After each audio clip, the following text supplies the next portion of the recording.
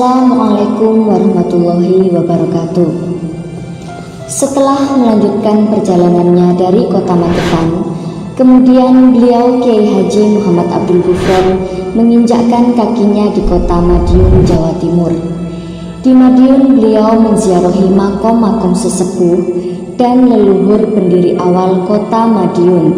Di antaranya adalah yang pertama Kiai Ageng Reksogati yang terletak di Desa Sidomulyo, Kecamatan Sawahan, Kabupaten Madiun, utusan Sultan Demak untuk menyebarkan agama Islam di wilayah Purabaya pada tahun 1518. Yang kedua Panembahan Ronggo Jumeno yang terletak di Makom Kuncen Demangan, putra bungsu dari Sultan Trenggono, yang pada tanggal 18 Juli 1568 dilantik menjadi Bupati Purabaya bersamaan pelantikan Hadiwijoyo menjadi Sultan Pajang oleh Sunan Giriprapen.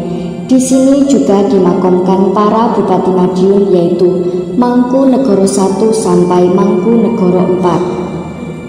Yang ketiga Kiai Ageng Anom Besari yang terletak di Makom Kuncen Caruban, disebut juga Kiai Ageng Grabahan, ayah dari Kiai Hasan Besari Gebang Tinatar. Diperkirakan usianya antara tahun 1695 sampai 1755.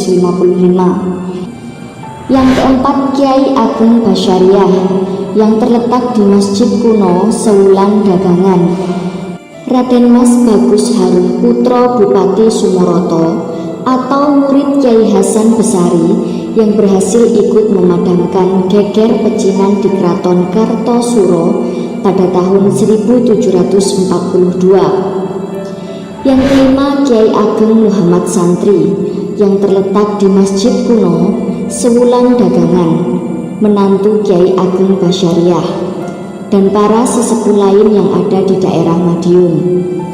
Lalu bagaimanakah asal-usul dari kota Madiun? Madiun adalah salah satu kota terbesar di Jawa Timur bagian barat. Kota ini telah banyak terlibat dalam berbagai catatan sejarah yang panjang. Berbagai kerajaan telah tumbuh dan berkembang di wilayah Madiun. Empu Sindok memindahkan kerajaan Mataram kuno dari wilayah Yogyakarta setelah letusan Gunung Merapi ke wilayah Wetan yang sekarang adalah Kecamatan Jiwan Madiun. Keturunan Raja Kertojoyo Kediri yang digulingkan oleh Ken Arok mendirikan kerajaan Murawan yang sekarang situsnya ada di Kecamatan Dolopo, Madiun. Setelah cukup besar, rajanya yang bernama Jaya Katwang, yaitu cicip dari Kertojoyo, menyerbu balik Kertonegoro atau cucu Ken Arok untuk menggulingkan Singosari dan mendirikan lagi kerajaan Kediri. Nama Madiun sendiri baru dikenal pada kerajaan Demak Bintoro. Saat itu rakyat banyak yang melarikan diri dari wilayah Mojopahit karena kekacau balauan politik dan sosial di dalamnya yang akhirnya mengungsi ke wilayah kerajaan Demak yang aman makmur sentosa. Untuk menampung mereka, kerajaan Demak membukakan sebuah hutan di lereng Gunung Wilis yang dipimpin oleh Panembahan Ronggo Jumeno atau Pangeran Timur untuk mendirikan desa yang baru. Dalam prosesnya, ternyata banyak sekali hantu di dalamnya yang berayun-ayun. Dalam bahasa Jawa disebut memedi. Dengan sebuah senjata keris buatan Empu Umyang, Panembahan Ronggo Jumeno berhasil mengusir para hantu tersebut dan memberi nama desa tersebut sebagai Wono Asri, yang artinya hutan yang damai. Sedangkan senjata atau keris yang berhasil mengalahkan hantu tersebut dijuluki sebagai keris Tundung Medi Ayun. Lambat laun disebut Tundung Mediun. Tundung artinya mengusir atau pengusir. Perubahan nama Wono Asri menjadi Mediun. Sultan Trenggono adalah Sultan Demak ketiga sekaligus juga yang terakhir. Beliau wafat pada tahun 1546 di medan perang dalam usahanya menaklukkan daerah Pasuruan di Jawa Timur. Peristiwa tersebut membawa akibat timbulnya perang saudara antar keturunan daerah Demak untuk memperebutkan tahta kerajaan. Sultan Prawoto, putra sulung dari Sultan Trenggono, gugur dalam perebutan tahta tersebut. Tinggallah Pangeran Hadiri dan Pangeran Adiwijoyo. Keduanya sama-sama menantu dari Sultan Trenggono. Yang keluar sebagai pemenangnya adalah Pangeran Adiwijoyo. Atas restu Sunan Kudus, Pangeran Adiwijoyo ditetapkan sebagai sultan dan menetapkan Pajang sebagai pusat kerajaan. Bersamaan dengan penobatan Sultan Adiwijoyo, dilantik pula Pangeran Timur sebagai Bupati di Wonosari. Setelah Pangeran Adiwijoyo wafat karena usianya yang sudah tua, pusat pemerintahan berpindah ke Kerajaan Mataram yang didirikan oleh Danang Sutawijoyo atau yang lebih populer disebut Panembahan Senopati. Sebagai seorang raja besar, Panembahan Senopati bercita-cita hendak menaklukkan para bupati di seluruh tanah Jawa di bawah Panji-Panji Mataram.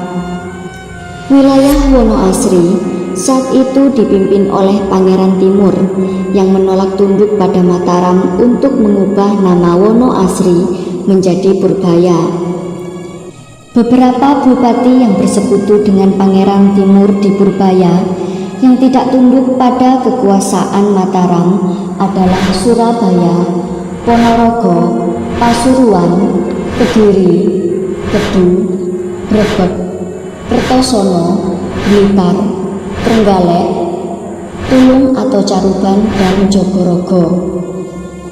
Panembahan Senopati pernah menyerang Purboyo 2 kali, namun gagal. Dalam penyerangannya yang ketiga, Panembahan Senopati mengambil langkah-langkah yang menyangkut siasat dan strategi.